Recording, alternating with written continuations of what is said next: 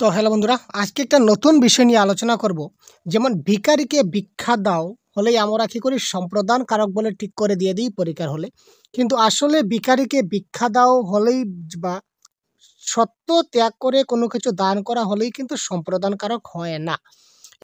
দেখুন, এটা হচ্ছে সম্প্রদান ভার্সাস কর্মকারকের একটা জটিলতা বলতে পারেন। এটা যদি একবার ভালো করে বুঝে নেন তাহলে সমস্যা আর জীবনে থাকবে না। তো প্রথমে আমরা সম্প্রদানকারক বলতে আমরা কি বুঝি? সাধারণত যেকোনো জিনিস যদি সত্য ত্যাগ করে দান করা হয়, যে একবারে যদি কাউকে দান করা হয় বা সেটাকে আর রিটার্ন পাওয়ার কোনো সম্ভাবনা থাকে না, সেটাকে সত্য ত্যাগ বলে, সেটা সম্প্রদানকারক হয়। আবার কর্মকারক মানে কি? যদি কোনো বাক্যে যদি ক্রিয়াপদকে আমরা কি অথবা কাকে দিয়ে যদি প্রশ্ন করি, কি অথবা কাকে দিয়ে যদি প্রশ্ন করি, তখন যে উত্তর পাই সেটাকে আমরা কর্মকারক বলি। ঠিক আছে? কি বা কাকে দিয়ে যদি প্রশ্ন করি তাহলে আমরা কি পাই? আমরা যে আনসারটা পাই সেটাকে আমরা কর্মকারক বলি। সেটা আমরা কনসেপ্টের ক্লাসে বা আমরা সাধারণত অনেক বইতে আমরা পড়েছি।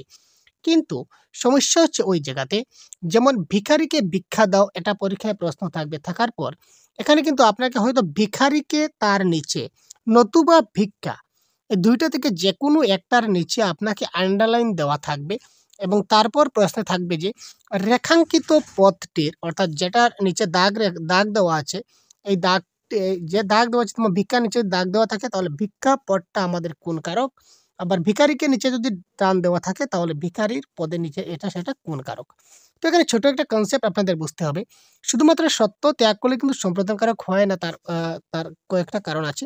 যেমন দেখুন, এখানে একটা জিনিস মাথায় রাখবেন। এই ক্ষেত্রে ১ম এ দেখবেন যে বাক্যটিতে যেমন ১ম এ আমরা একটি বাক্য দেখিয়ে দেই। ভিখারিকে ভিক্ষা দাও। ঠিক আছে ভাই? ভিখারিকে ভিক্ষা দাও। তো ভিখারিকে ভিক্ষা দাও এটা হচ্ছে সম্প্রদান কারক। আমরা ধরে নিতে পারি, কারণ সত্য ত্যাগ এই বাক্যটা। তো এই বাক্যটা সম্প্রদান কারক নিঃসন্দেহে। কিন্তু বাক্যের সবগুলা পদ কি সম্প্রদান কারক? না। বাক্যের সবগুলা পদ কিন্তু সম্প্রদান কারক নয়।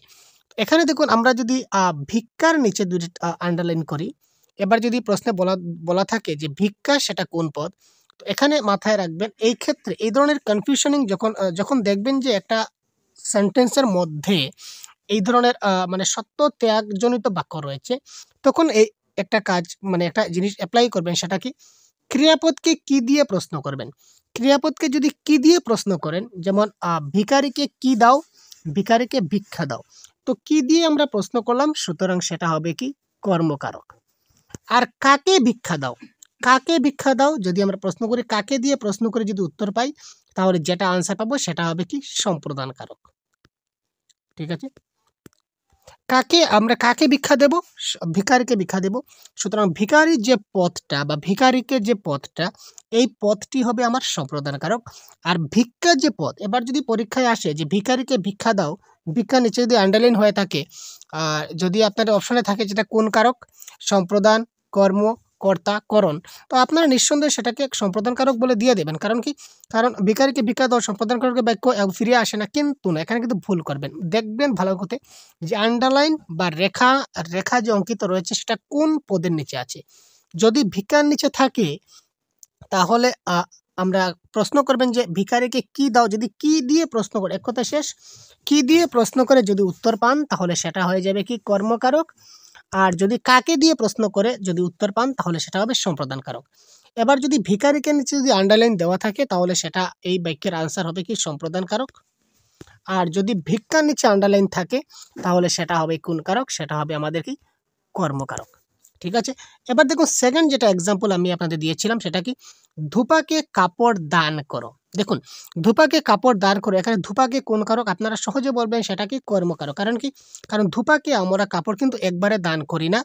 ধূপাকে আমরা কাপড় দেই, সেটা ধৌত করে সেটা আমরা আবার রিটার্ন নিয়ে আসি। কিন্তু বাক্যটা দেখুন, আমরা যেভাবে এক্সাক্টলি যেভাবে বইতে পড়েছি সেইভাবে কি আমাদের এক্সামে এসেছে? না, একটু কিন্তু চেঞ্জ আছে। তাই এখানে আমি একটু চেঞ্জ করেছি। কি করেছি দেখুন, ধূপাকে কাপড় দান করো। এই দান করো শব্দটা আমি ইনক্লুড করেছি বা এড করেছি। তার মানে ধূপাকে কাপড় দান করো, মানে দান করলে কিন্তু সেটা আমি রিটার্ন পাবো না। দান করে দেবো। ধূপাটা খুব গরিব, তাই আমার একটা কাপড় আমি তাকে দান করে দেবো। তো ধূপাকে কাপড় দান করো। তো ধূপাকে কাপড় দান করো মানে একবার দান করবো, সত্য ত্যাগ করবো, তার মানে সেটা সম্প্রদান কারক। ঠিক আছে, সত্য ত্যাগ করবো সম্প্রদান করক। এবার কথা হচ্ছে যদি কাকে দান করব, ধূপাকে, তো কাকে দান করব, ধূপাকে, সুতরাং ধূপাকে পদটা হবে আমার কি সম্প্রদান সম্প্রদান কারক। ঠিক আছে, আর কি দান করব, কাপড় দান করব। কি দান করব ভাই, কাপড় দান করব। কি দান করব, কাপড়। তো কি দিয়ে প্রশ্ন করলাম, সেটা আমার কোন কারক হয়ে গেল, সেটা আমার হয়ে যাবে কি কাপড়, হয়ে যাবে কি কর্মকারক। আর ধূপাকে হয়ে যাবে কি, ধূপাকে হয়ে যাবে সম্প্রদান কারক। ঠিক আছে, আবার দেখুন বাক্যটাকে আমরা যেভাবে পড়েছিলাম সেটা হবে কি ধূপাকে কাপড় দাও, এটা আমাদের বইতে লেখা ছিল ধূপাকে কাপড় দাও। তো ধূপাকে কাপড় দাও এই যে বাক্যটা, এটা কিন্তু এখানে দেখুন তো, এখানে ধূপাকে কাপড় দাও যেখানে রয়েছে, এখানে কিন্তু আমরা সম্প্রদান কারক আমরা সেটা বলতে পারবো না। কারণ কি, কারণ ধূপাকে কাপড় দেবো, আবার তো ধূপা আমাকে রিটার্ন করে দেবে ধৌত করে, তাই না? তো এখানে সম্প্রদান কারকের কোনো কথাই আসছে না। তো কি দান করব, কাপড় দান করব, এটাও কি কর্মকারক। কাকে দান করব, ধূপাকে, এটাও কি কর্মকারক। এই বাক্যে কিন্তু ধূপাকেও কর্মকারক আর কাপড়টাও কি কর্মকারক।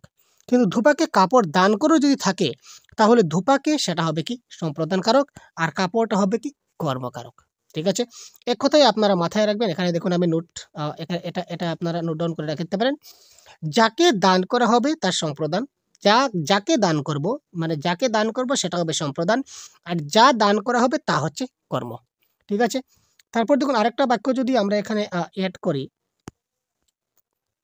এখানে দেখুন একটা বাক্য আমি আপনাদের লিখে দিচ্ছি, আমাকে আমাকে জল দাও।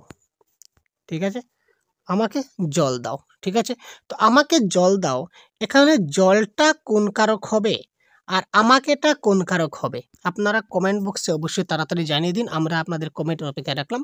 ক্লাসটা যদি সম্পূর্ণ দেখে থাকেন তাহলে অবশ্যই আপনি 100% বুঝতে পারবেন।